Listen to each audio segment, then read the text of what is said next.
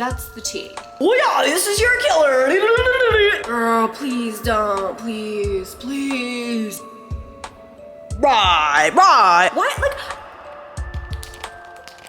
men? What? Huh? Jesus Christ. Oh my God. Hello everyone. Welcome back to my vlog channel. Today I am bringing you another reading vlog, but this one is a little bit fun because it is perfect for Halloween, spooky season, the fall time. I knew I wanted to do a sort of like seasonal themed reading vlog, but I had a couple options of things that I could read, and so I did a poll here on my channel and I included all those options. The serial killer romance won by a huge majority. So today we are going to be doing a huge mindfuck reading vlog. The mindfuck series is written by St. Abby and it is all on Kindle Unlimited. It is a 5-book series, but all the books are like 150 pages or less. And the entire series follows a woman named Lana who is a serial killer getting revenge on people from her past, and Logan, who is an FBI agent and profiler working on her case, and they happen to fall in love. Today, I'm going to be reading all 5 books and bringing you along the journey with me. This will have spoilers. It will be deep and heavy. I want to give a huge mention to the trigger warnings. If any of those things could be triggering for you, understandably so, I highly recommend you skip out on this video because this series does not hold back and we're gonna discuss all of it. Before you watch this video or even think about reading the series, definitely look into those trigger warnings. Let's go ahead and hop right into it. Okay, hello everyone. I am starting this reading vlog tonight. It is Thursday, October 6th at 10:35 p.m. I just finished a Twitch stream. I'm gonna wind down and head to bed, and then I am going to start reading. I usually like to read something on my Kindle every night before I go to bed, just like a few chapters. So I'm gonna start the first mindfuck book tonight. This zit is like literally the death of me. I cannot get rid of it. It's been on my face for like a week and a half, and it's like going down, but like it's just... I'll see you in the morning with some reading progress.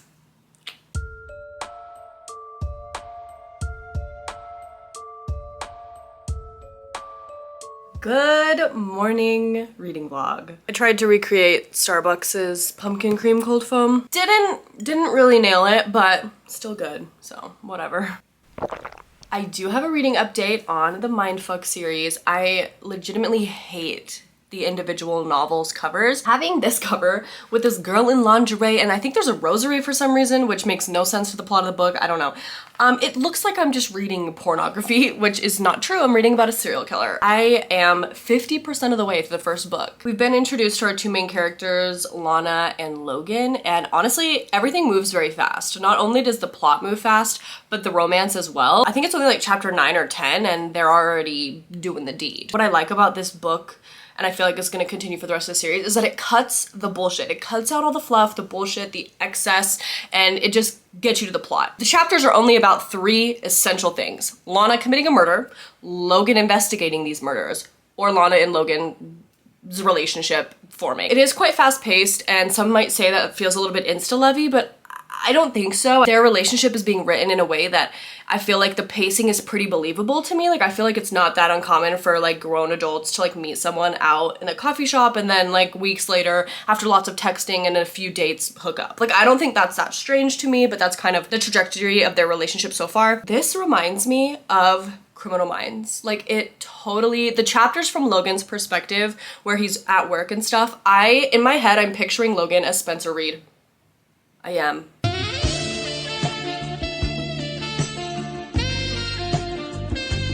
So if you like Criminal Minds, I think you would like this. At this point, I'm super excited to see where it's gonna go because obviously at some point, Logan and Lana, it's like not gonna work out, right? Like, how would it possibly work out between this serial killer and an FBI agent? So I think that's what I'm enjoying about it. For most standard romances, you read them and you know by the end, these characters are gonna be in love. Like, you know the ending before you even get to the end. Whereas with this series, I have no fucking clue. I have no clue how it's gonna end. I'm actually excited to get to the point where Logan finds out that Lana's a serial killer. In terms of writing style, I would say it's super easy to follow. I do have a bachelor's in psychology, and so within that, I did take a few criminal psychology classes, so I feel like this has been like really easy, and it's just, St. Abby hits you with the really basic stuff. So if you know nothing about any of that, you could still read this and enjoy it. There's constant Albert Einstein quotes at the beginning of every chapter, which is not my, I think it's kind of just a cheesy writing device to like use famous quotes, and like Albert Einstein of all, I don't know, whatever. But yeah, so far I'm enjoying it. I will keep you posted once I finish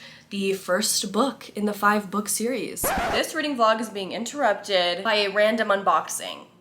That has nothing to do with this vlog or books or reading at all, but I'm just really excited about it, so I wanted to share. I live in Utah, and this box is another one of those trendy Utah things. I have no idea if these are trendy anywhere else or if this is just like a Utah mom thing, but I have been influenced. It's a Stanley Cup. If you know me, you already know I love an insulated cup. I literally have an insulated cup that's part of my merch, HALEYJEANshop.com. By the way, it has my cats on it. Like, I love a good insulated cup. And these Stanley Cups have been everywhere, like all over Instagram, TikTok. I see people out with them. They have a handle, they have a built-in straw. It just, I wanted one really bad, okay? Here's the problem though. These motherfuckers are always sold out. If you want the one with the straw and the handle like all the cool girlies got, it's $40 on Stanley's website or at Dick's Sporting Goods, but they are always sold out. People scalp these like they're squishmallows, okay? They buy 9 different ones and sell them on Facebook Marketplace for triple the price. And a few days ago, they came back in stock, but not only did they come back in stock, they came out with a 30-ounce version, which is a lot more reasonable for me.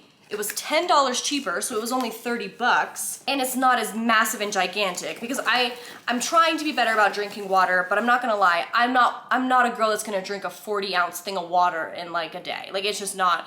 So I didn't need one to be that big, but I wanted the handle. Anyway, so basically it was perfect. It was everything I wanted. A little bit smaller, handle, cup, not a ridiculous price gouge. And they had it in the color that I wanted, and so I bought it. I don't care if this makes me extremely Utah chuggy. I don't care. I'm happy. It's her. Call me McKinley, because I am a Utah mom. Big slay. Okay, back to the reading vlog. It's the next day. Well, it's the next evening, afternoon. It's like 4 p.m. It's Saturday, so Josh and I, we had some errands to run. My keyboard for my computer is broken. Like, the D key keeps like stuttering and not working, and we've tried everything, and so we had to go ship it back to the company that I bought it from, and they're gonna try and fix it. So we had to go to the UPS store, and then we went to TJ Maxx and we were walking around trying to find some like Halloween fall decor because it's that time. Tell me why TJ Maxx was filled to the brim with nothing but Christmas shit. It's not even the 10th of October. And there was like literally no Halloween stuff. Like, it was gone. Why do we as a society and like as corporate America rush holidays so goddamn much? Like, next week they're gonna have the fucking Valentine's Day shit out on the shelves. I didn't realize I had to buy my Halloween and like fall decorations in April. My bad. Try again next year, I guess. Then we went to Target because I was so disappointed. I'm on my period, and so I was really mad.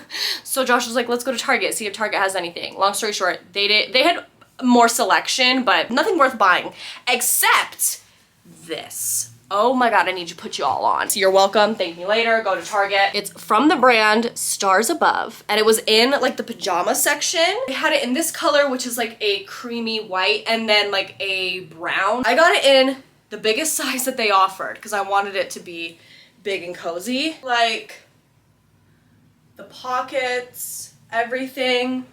I feel like my mother, but like in a good way. Seriously, the comfiest shit I own. Okay, retails for $35, but when I got to the checkout, it was on sale for $20. It's so cozy and comfy. I'm obsessed. Just had to show you guys that purchase. But now let's talk mindfuck.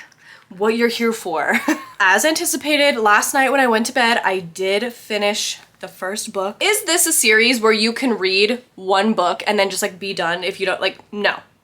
No, you can't. I'm actually a little bit confused as to why the author released it in these chunks. If you're gonna read this series, like commit and just understand that you're gonna be reading all 5 books. So I don't think I'm gonna rate each individual book. I think I'm just gonna rate the series as a whole at the very end. But so far, I'm still enjoying it. Initially, I had said that I was picturing Logan, the main character, as Spencer Reed from Criminal Minds, and that fantasy has unfortunately dwindled because Logan is just too much of like a stereotypical man, like buff, like fit, whatever. It just doesn't work anymore.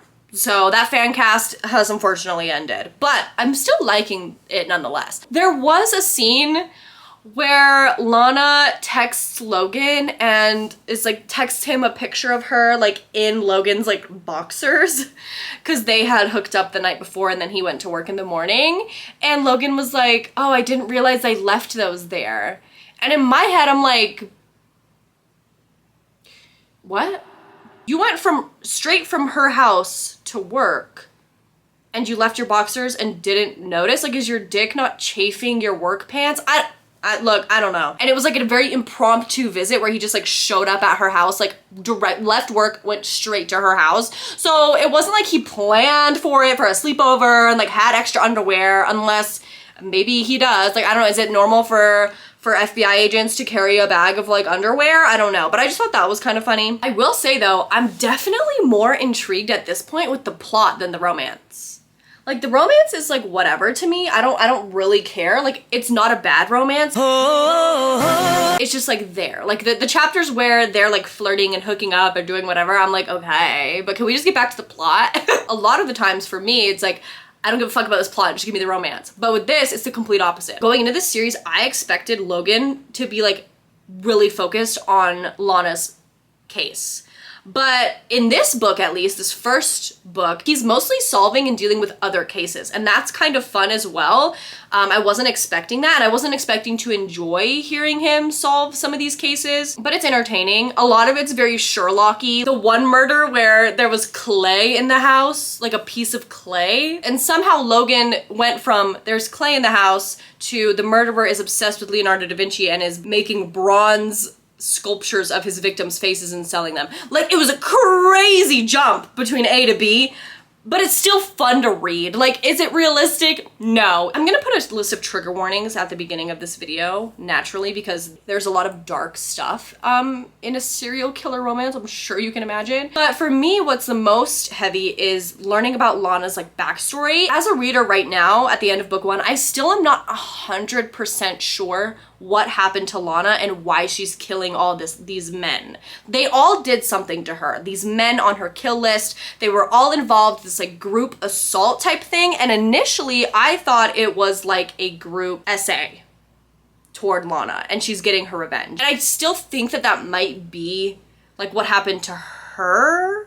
But in the second part of this book, we also learned that her brother was involved as well, and these same guys killed her brother and were assaulting her brother, Marcus, who is gay. Reading those moments where she's having flashbacks to this assault really was hard for me because I too have a younger brother who is gay. I couldn't not put myself like in that position and like picture that, and that was very hard for me to read. Part of me wants to know and keep uncovering the full story of what happened to Lana, like the full events, but also the other part of me is like, I'm not gonna lie, sitting and reading about her brutally torturing these men for days and days and days just doesn't affect me the same way as her recounting her assault. And it's like, that's the tea. I definitely think Lana and Logan's relationship is moving a bit too fast. Like, he's already calling her like my girl, like you're my girl to like his coworkers. But for some reason, Lana's just like,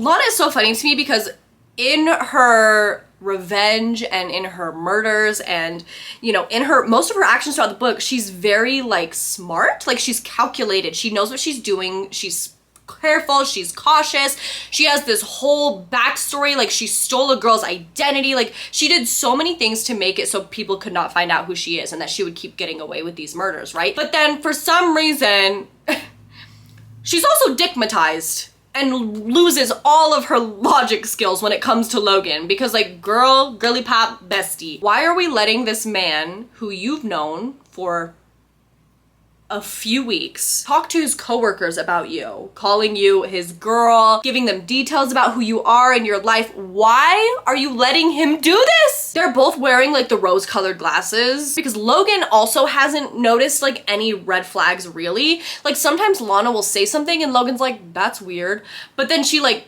recovers pretty much instantly after and he forgets about it. Like, so Logan hasn't even really like noticed anything about Lana at this point, but Logan's motherfucking coworkers have. I don't know how Lana's gonna get herself out of this one. I really don't. I think I'll be pretty bummed out if this series ends with Lana not getting revenge on all these men who traumatized her because she falls in love and then gets caught because she's so stupid about it. Like, that's, girl, please don't, please. That will be kind of embarrassing. I'll be kind of embarrassed for her. I'll be like, ooh. Time to start book number 2. I've been rambling for too fucking long. It's been like 18 minutes of footage. Jesus Christ. I'm enjoying it so far. Hello. It's Sunday evening. We're gonna cozy up and keep reading the Mindfuck series. I am 16% of the way through. I'm on chapter 4. We're at a really interesting point in this story where there's another serial killer called the Boogeyman, which is like, could we have come up with anything else? I don't know. Logan has found out the identity of who this killer is and like broadcasted it because they're trying to find him. He's like on the run. Now that Logan is like exposing him, now he's gonna wanna get revenge on Logan, and the best way for him to do that is by going after Logan's potential girlfriend, who is Lana. So now we're in an interesting dynamic where like Logan wants to keep Lana safe, and so he wants to have like a bunch of cops watch over her house and like stay at her house overnight to make sure she's okay, but she has a whole secret murder room.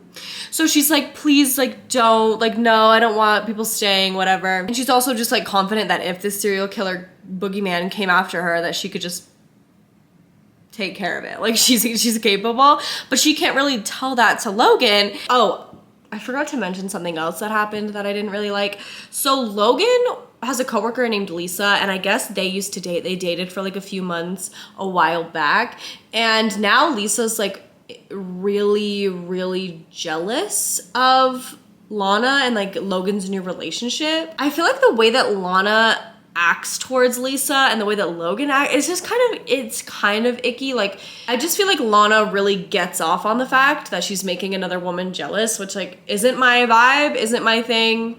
But yeah, I don't know. This whole like dynamic with his ex being his coworker, I don't think it adds much to the story. Like, I think we could have done without it. No good is coming of it. Like, it's not interesting or important enough that it's like shifting the plot, at least not as of right now. Like, right now they're talking about how this guy is missing and he has a wife and a girlfriend, but they're thinking it's linked to Lana's murders, which it is. But Lisa reasonably is like, well, is there any chance that his secret girlfriend's responsible for him missing? Like, after all, crimes of passion are more likely than a serial kill. And then Logan just says, everyone looks between us as though they're asking questions, but I have no clue what her problem is.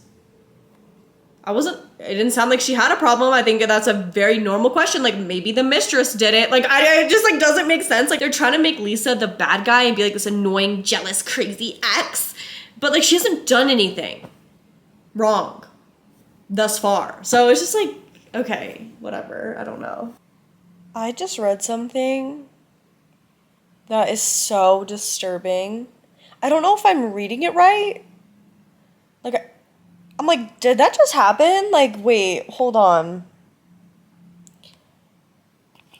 I'm not gonna say what it was, because it's could be super triggering. But Jesus Christ, oh my God. Okay, so turns out that this Boogeyman serial killer guy that they're trying to catch, they thought that he would try and attack Lana because Lana is who's currently seeing Logan, but they ended up attacking Lisa. That makes me feel like it's someone on Logan's team that's doing this, because like, how would a random like public person that's a serial killer like know that Logan and Lisa dated like years back or whatever, like briefly date? Like, I feel like, so it has to be someone that Logan knows personally, so probably someone on the team, I would assume.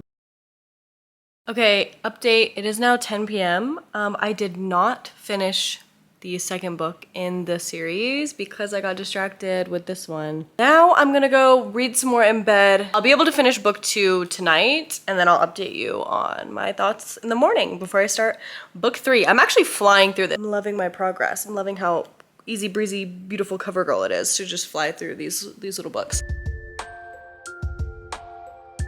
Hey vlog, I'm here in the car. I have my Kindle. I look like this because I'm going to go to the gym when I get home, but before I go to the gym, I came on a little reading excursion. Taco Bell collaborated with Truff, which is like the truffle hot sauce. And so you know I had to come and try it. And I thought, why not just bring my Kindle, eat my food, do a little car mukbang, read for a bit, and then I'll go home and go to the gym after I'm all fueled up, you know. Here they are, the truffle hot sauce fries. I can smell the truffle. Since we moved, I've only had Taco Bell one other time, and it was super disappointing because they made my entire order wrong. The Taco Bell near me doesn't even have zero sugar Baja Blast, which is criminal. So I literally drove out of my way to another Taco Bell location, and I don't regret my choices, but yeah. So Taco Bell is like such a treat. I'm like, wow, I literally haven't had this in forever. Okay. Are you kidding? It is so good. There's steak, tomatoes, sour cream, cheese, the truff hot sauce, and then obviously nacho fries. Fucking 10 out of 10. Okay, well, I'm gonna finish my food and get some reading done, and I will check back in with you when I have more to talk about. It's actually been a couple days since my last update. I am still only about 50–60% of the way through the third book in the Mindfuck series because something came up and I took a little bit of a detour. A few months back, I started getting these TikToks on my For You page from this new author who was gonna be self-publishing a debut novel about cozy frat boy vampires, and the cover of this book is stunning. So basically, I saw that cover and I was like, done, add to cart, whatever. I pre-ordered the book. It released on October 11th, and so I ended up just buying it on my Kindle and reading it on my Kindle in 2 days, so yeah. The book is called This Blood That Binds Us by S.L. Coakley. I hope I'm pronouncing that right. So yeah, I did take a little bit of a mindfuck detour and I read a little bit of a cozy vampire book, but it was a good time and it was a nice little break from the super heavy, traumatizing, deep mindfuck series. This was a nice little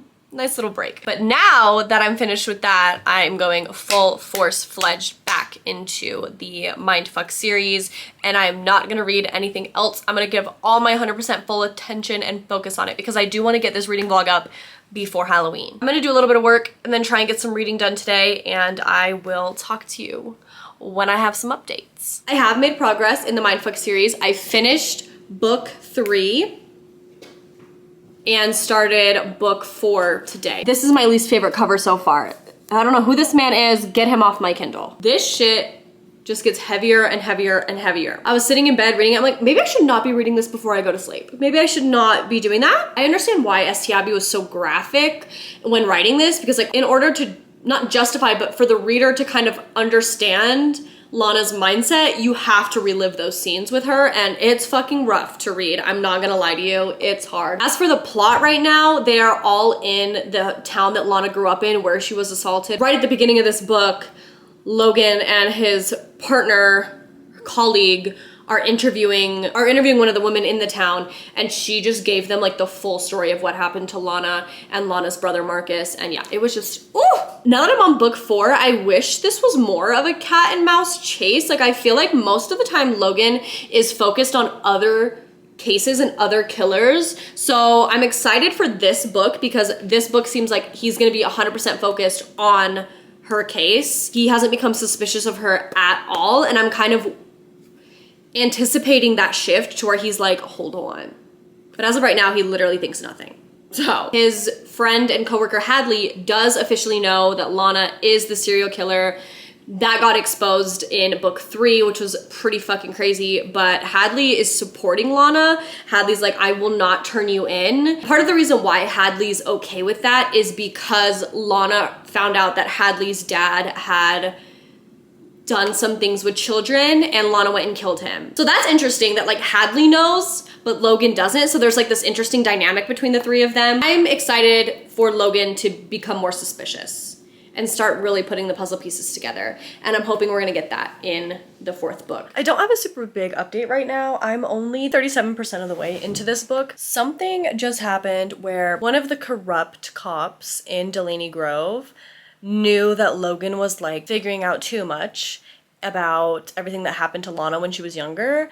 And so he tried to attack Logan and kill him. And then Lana shows up and kills him to save Logan. Like, okay, girlie, she is literally risking everything, risking being caught, risking being found out just to protect Logan. And now Logan like knows that the killer is a woman because he could like see by the outline. Like, I don't know how he didn't see more. I don't know how she managed to kill a man right in front of her boyfriend and have him not know that it was her. Like, that whole scene just logistically didn't make sense to me. But on top of that, she's getting too risky, too emotional. She used to be so calculated and smart and cautious. Girl, rein it in, rein it in. Like, I need Kyle dead. I need him gone. So if you could just chill out a little bit and try not to get caught before that happens, that would be great. Also, I feel like Leonard is suspicious of Lana because he always is like watching her and looking at her. And I'm not thinking it's because he like thinks she's hot or whatever. Like, I think he's suspicious. Okay, well, I'm gonna go to bed and read this in bed, even though I shouldn't do that because it's pretty dark and scary. But I never learned my lesson, so I'm gonna go read this in bed. I'll talk to you in the morning. Let's have a little bit of a chat, shall we? Let's have a little bit of a kiki. Let's talk. So last night in bed, I was reading and I finished book 4 of the Mindfuck series, and I just barely started the final book, Paint It All Red. Before I continue reading, I want to give you all my thoughts on how book 4 ended because shit hit the fan. So Logan has confirmed and discovered and found out that Lana is the serial killer, is the Scarlet Slayer. Slay. I really gotta say though, the last half of book 4 was really disappointing to me. First of all, Logan only found out that Lana was the Scarlet Slayer because Leonard, this random coworker of his, pieced it together and told him. Like, I would have been so much more rewarding if Logan had like pieced it together himself, but no, someone just told him. So that was kind of like, not my fave. And then the way that Logan handled it afterwards, like, okay, yeah. My fridge is so loud. Like, why does my like face makeup look so good right now? And then on top of that, the way that Logan reacted when he found out was like a little bit like, huh? He's reasonably, understandably very upset and angry, right? He feels like Lana was just using him to like get further, like the AC, the fucking fridge, oh my god, it's so loud. Like, I'm fucking screaming over my fucking house. He just felt like insanely used and felt like maybe Lana didn't really love him and the relationship wasn't real, and that instead like she was like fucking with him kind of, which I mean, I think is a reasonable assumption. Like, when you would first find something like that out, like that's pretty fucking wild. But then, so what does he do? He's angry, he's hurt, he's feeling betrayed. What does he do? He goes back to the cabin where Lana is staying and fucks her.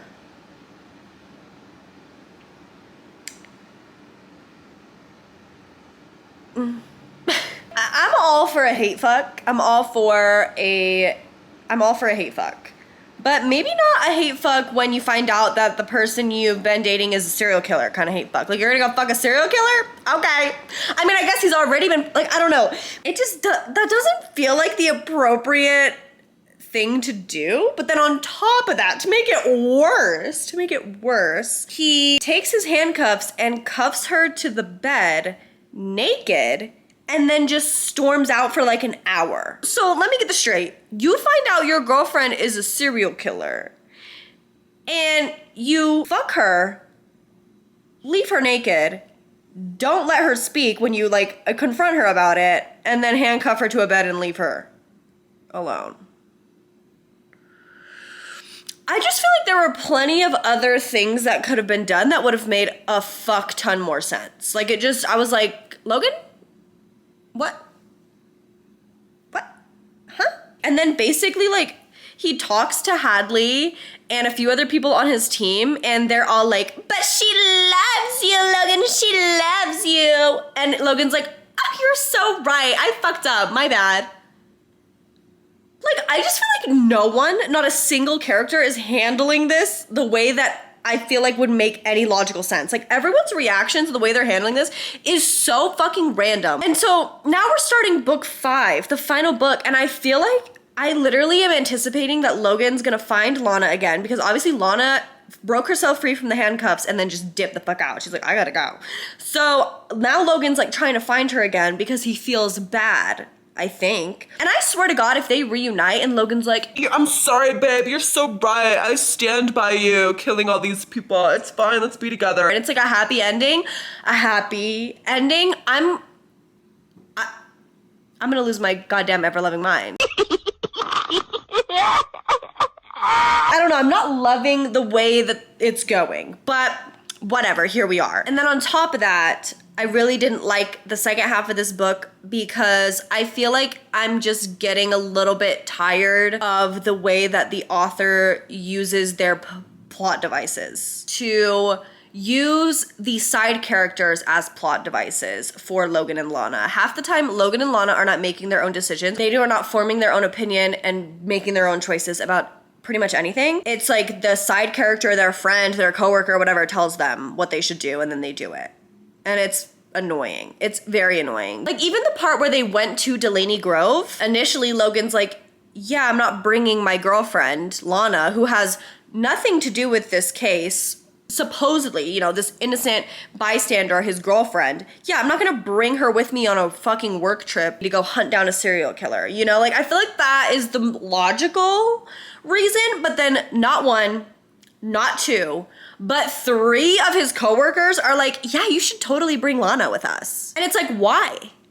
It logically doesn't make any sense for him to bring Lana, but because 3 people tell him to, he does it. That similar scenario has happened like 5 times. Even like with the murders, Logan's like, whoever this killer is, obviously they're getting revenge and they're killing super horrible, awful people. They are killing horrible, evil people. But like, no single person can decide that they should just take the law into their own hands and like, that they can just do whatever they want. They're above the law. Like, that's what Logan believes. But then literally like all of his coworkers are like, but what if it was your sister? What if your sister was married? What if your mother was raped and then someone tried to kill? Like, the way that Leonard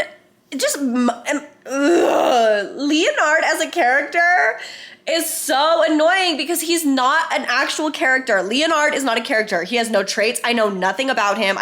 He's not important to the story. The only thing Leonard does is serve as a plot device to tell Logan what he should be doing, thinking, or feeling. And Logan just eats it up. Like, it's just boring. There was also a mention of one of these side characters. He actually brings up like this psychic medium that's like helping the FBI solve cases, and that just felt like it came out of fucking nowhere and it makes no sense to me. I don't want to read about a psychic medium. I just know the psychic medium's gonna play a role in this final book, and it, again, a plot device, a psychic fucking medium coming down and saying, oh yeah, this is your killer, is so cheap to me. But anyway, overall, I'm still enjoying my time reading these books. I feel like the way that this last book goes and the way that the series ends on a whole is gonna make or break my rating, honestly. Because like the first 3 books, I was enjoying it. I would give it like, you know, probably like a 4-star. But after the last book, I'm like, ooh, I don't know. The last book was not a 4-star for me at all. My inclination is that everything's just gonna end up being, you know, as happy as it possibly can be. Like, Lana's not gonna go to prison. Her and Logan are gonna make up and then they're gonna fly off into the sunset. Do I think that that's what should happen? No.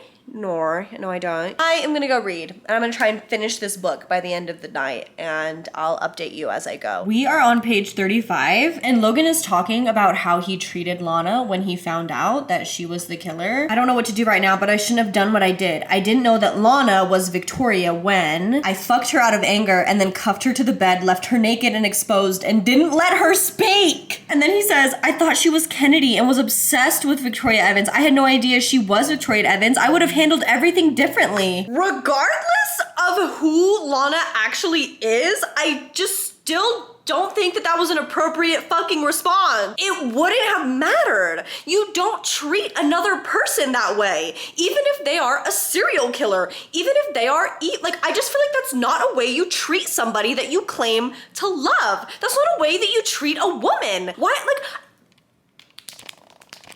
men, use your brain challenge. Maybe, I don't know. It's giving me the energy of, oh, this woman only deserves my respect in the bedroom and in intimate situations when she does XYZ, which is, I liked Logan initially, but gotta remember, motherfucker's a cop.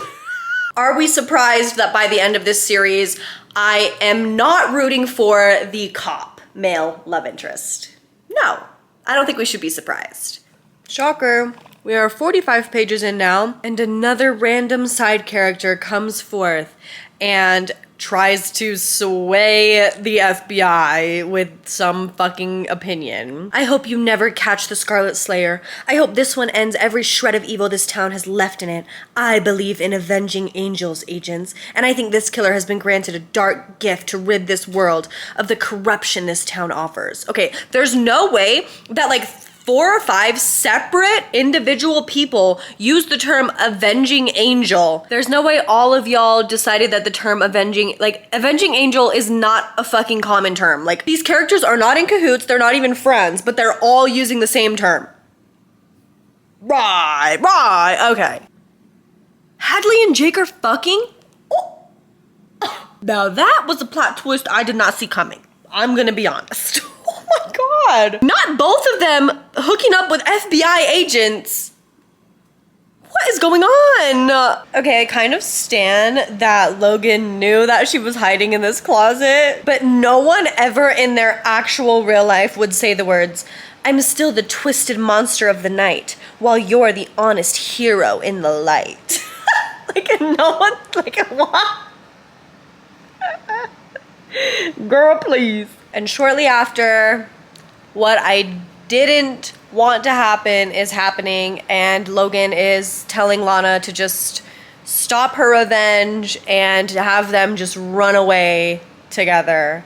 Nor. Good morning. It is the next day. I did finish the final book in the Mindfuck series, and I'm officially done with the entire series, and I'm gonna give you my thoughts. I definitely liked this last 5th book a lot more than I liked the 4th one. I feel like the ending wasn't necessarily what I would have wanted for the ending. It did kind of do what I expected, and it tied everything up in this bow where Logan and Lana and Hadley and Jake like run off together in Greece and just like evade basically any punishment and get to live happily ever after pretty much. But before that, you start to think that Lana died in this huge fire explosion. The book makes you think that she died, and Logan thinks that she died, and everyone thinks that she died. But actually it ends up Jake went and saved Lana and managed to like drag her out of the building before like the bomb went off or the explosions. All the details got a little bit fuzzy for me. I was finishing this book at like 1 a.m. So I was tired and I wasn't really paying attention to the specifics. But either way, long story short, Lana gets saved by Jake. And the way that they decide, oh, let's tell Logan that Lana's alive is by killing another man in the same way that Lana's other killings. Like, that's bestie. Okay. I just thought that was so funny. Like, how are we gonna let Logan and Hadley know that we're alive? Let's kill somebody else. Like, what?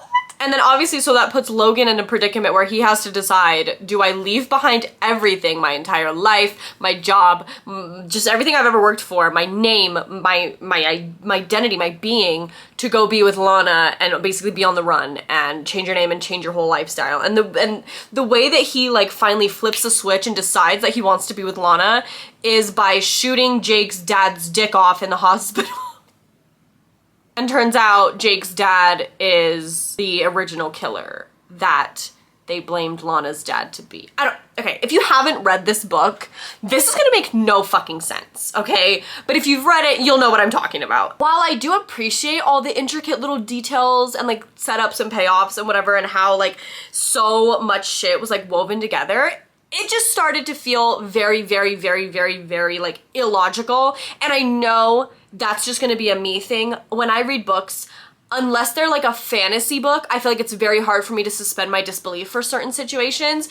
And with this book, it just felt like, let's take any Criminal Minds episode and crank it up like 15 fucking octaves. What could be possibly the worst thing that someone could go through in their lifetime? And let's multiply it by 10. Like, that's just kind of how everything worked in this book. So if you're really good at just getting sucked into a crazy story and suspending your disbelief, I think you would love this. For me, I am just an annoying ass bitch. I am. It's a fault of mine, not the author, not the book. I want things to like logically make sense. Like the fact that they all managed to just get away, nothing really happens, like everyone just, Logan literally leaves the fucking country, changes his name, and everyone in his old job is like, oh, he just, you know, had a psychotic break and left. Like, we don't know what happened to him, but who cares? Like, it just doesn't, like, I'm just not realizing this. The psychic that was brought up in book 4 that I was like annoyed about literally never made a reappearance.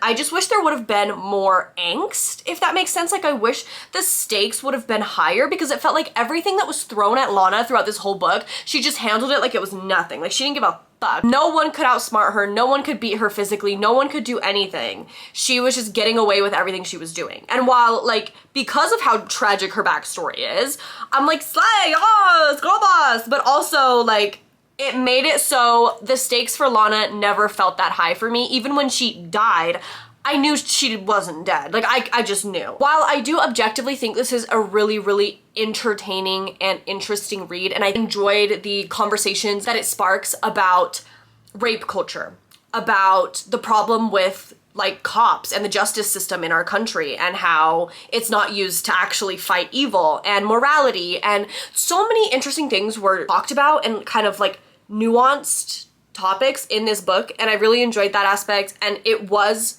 entertaining to read. I never felt like I had to push myself to read it. I constantly was just picking it up. It was easy to get through because it's so fast-paced and like crazy. I support women's rights and I support women's wrongs, and I do support Lana in this book, but just because I support Lana and I want to see a woman win and get fucking revenge on shitty men doesn't mean that I can ignore the flaws within this book and within this series. So as much as I wish I could just give it a 5-star and move on with my day, I can't do that. I thought that once I finished all of the books, I would just be able to like know what my rating would be like overall, but I don't. So I think what I'm gonna do is give a rating for each of the 5 books and then average it out. Book 1, I would give a 4. Book 2, I would give a 4.5. Book 3, I would give a 4. Book 4, I would give a 2. I really didn't enjoy book 4. And book 5, I'll give a 3. So averaging that out, I would overall rate this series a 3.5, which feels right to me. I feel like a 3-star rating is still a good rating. It's just not exceptional. There were just some things that I just didn't love about it.